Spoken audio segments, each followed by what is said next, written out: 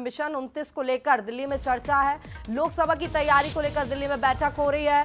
तो लोकसभा चुनाव में छिंदवाड़ा पर खास फोकस रहने वाला। बीजेपी ने 29 सीटों को 7 क्लस्टर में बांटा है। दिग्गजों को क्लस्टर की जिम्मेदारी सौंप दी गई है। तो एक दिग्गज के जिम्मे पर 4 लोकसभा सीटें आई हैं।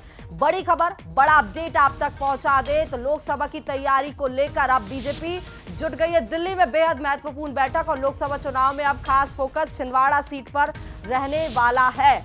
तो 29 सीटों को लेकर 7 क्लस्टर में बांटा गया है, जिस पर क्लस्टरों की नियुक्ति भी की जाएगी। तो दिग्गजों को क्लस्टर की जिम्मेदारी सौंपी गई है।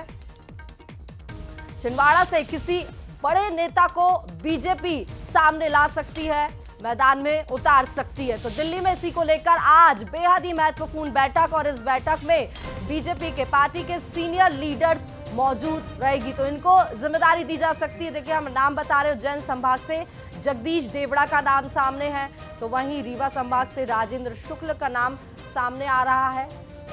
तो ये संभावित नाम। जबलपुर संभाग से प्रहलाद पटेल को जिम्मेदारी यानी कि कमान सौंपी जा सकती है। तो भोपाल संभाग से विश्वास सारंग को कमान सौंपी जा सकती है। ग्वालियर चंबल से नरोत्तम मिश्रा को ये कमान सौंपी जा सकती है। तो लोकसभा की चुनाव की तैयारी में अब बीजेपी जुट गई है, और खास प्लानिंग के साथ, खास रणनीति के साथ अब जो है मैदान में उतरने के लिए तैयारी कर रही है।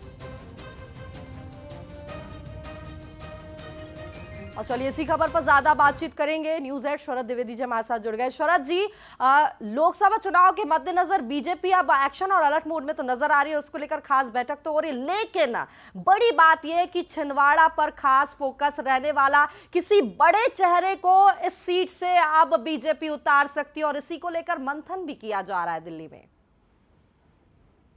चौंकाने वाली रणनीति के साथ सामने आती है, और यही वजह है कि उसकी किसी भी रणनीति को लेकर कोई अनुमान लगाना या फिंगर क्रॉस करके चलना कि यही नाम होगा, ये बड़ा कठिन होता है।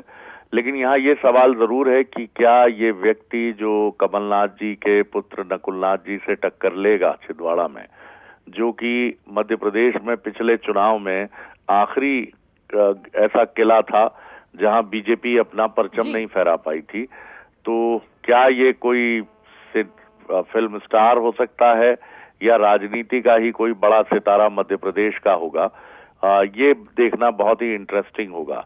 क्योंकि आमतौर पर जिस तरह से मुख्यमंत्री शिवराज जी के खिलाफ एक अभिनेता को, विक्रम मस्ताल जी को मैदान में उतारा गया, तो आमतौर पर राजनीति में जो टफ सीट्स होती हैं, जैसे राजेश खन्ना को दिल्ली में लाल कृष्ण आडवाणी जी के खिलाफ चुनाव मैदान में उतारा गया था, विनोद खन्ना, धर्मेंद्र और सनी देओल, इस तरह के सितारे भी मैदान में उतारे गए हैं।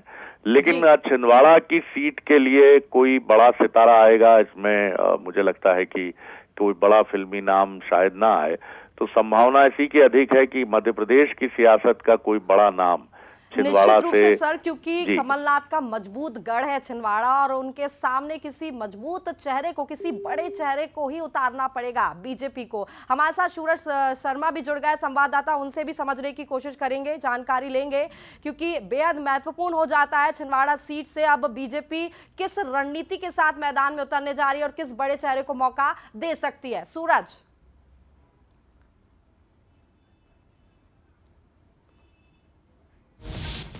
तो छिंदवाड़ा से किसी बड़े नेता को लड़ा सकती है बीजेपी, और ये बड़ी खबर आपको बता दें, इसी को लेकर खास बैठक दिल्ली में आज आयोजित की गई है। विश्लेषण भी हमने किया हमारे न्यूज हेड शरद द्विवेदी जी से। बहुत शुक्रिया बातचीत के लिए शरद जी। तो देखिए, लगातार एक खबर भी हम आपको दिखा रहे हैं, एक दिग्गज के जिम्मे में 4 सीटें आ सकती है एमपी में मिशन 29 को लेकर। दिल्ली में अभी लगातार चर्चा हो रही, पार्टी के सीनियर लीडर्स लगातार इसको लेकर मंथन कर रहे हैं और आगे की स्ट्रेटेजी प्लान कर रही हैं।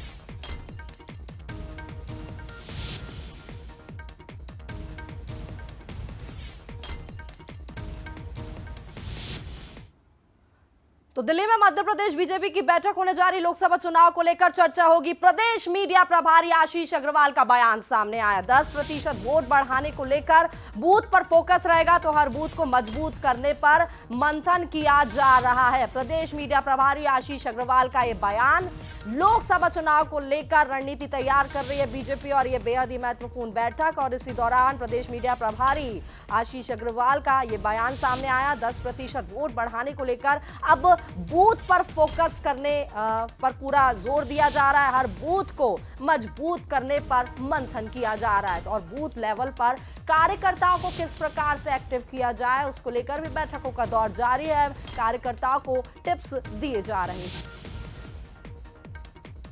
और चलिए ज्यादा जानकारी लेंगे। सूरज शर्मा संवाददाता बीजेपी दफ्तर से हमारे साथ लाइव जुड़ गए हैं, उनसे बातचीत करेंगे। सूरज, क्या कुछ हलचल आप देख पा रहे हैं बैठक को लेकर? बेहद महत्वपूर्ण बैठक और इसी दौरान मीडिया प्रभारी आशीष अग्रवाल का भी बयान सामने आया है। 10% वोट बढ़ाने को लेकर अब बूथ पर फोकस रहेगा।